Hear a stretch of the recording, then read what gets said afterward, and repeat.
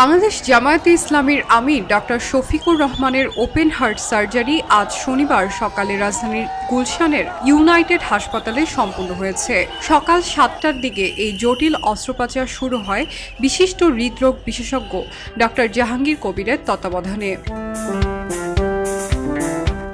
গতকাল শুক্রবার বিকেলে দলের কেন্দ্রীয় কার্যালয়ের একটি প্রেস ব্রিফিংয়ে জামাতের নায়েবে আমির অধ্যাপক মুজিবুর রহমান এবং সেক্রেটারি জেনারেল অধ্যাপক মিয়া গোলাম পরওয়ার এসব তথ্য নিশ্চিত করেন। দেশবাসী ও দলের নেতাকর্মীদের কাছে আমিরের দ্রুত সুস্থতা কামনায় দোয়ার আহ্বান জানান। এলএমই সার্টিফাইড বিশ্বসেরা কপারে তৈরি ওয়ালটন কেবলস, যা আপনার স্থাপনাকে রাখবে সব সময় নিরাপদ।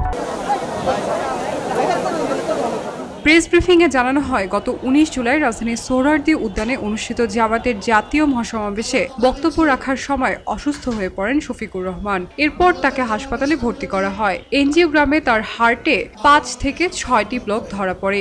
এর মধ্যে ৩টি প্রধান ব্লকেজ ৮০ থেকে ৮৫% পর্যন্ত ঝুঁকিপূর্ণ ছিল। চিকিৎসকরা স্টেন্ট পরানোর পরিবর্তে ওপেন হার্ট সার্জারিকে নিরাপদ ও কার্যকর বিবেচনায় নিয়েছেন। দলীয় নেতাকর্মীরা জানান, শারীরিকভাবে অসুস্থ হলেও মানসিকভাবে দৃঢ় আছেন ডক্টর শফিকুর রহমান এবং স্বাভাবিকভাবে চিকিৎসকদের নির্দেশনা অনুসরণ করছেন।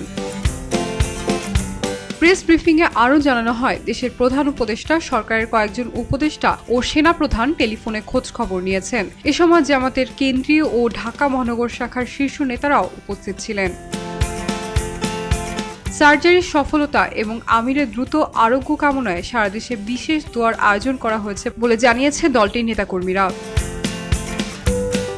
খবরের কাগজ, নিখাদ, নির্ভীক, নিরপেক্ষ।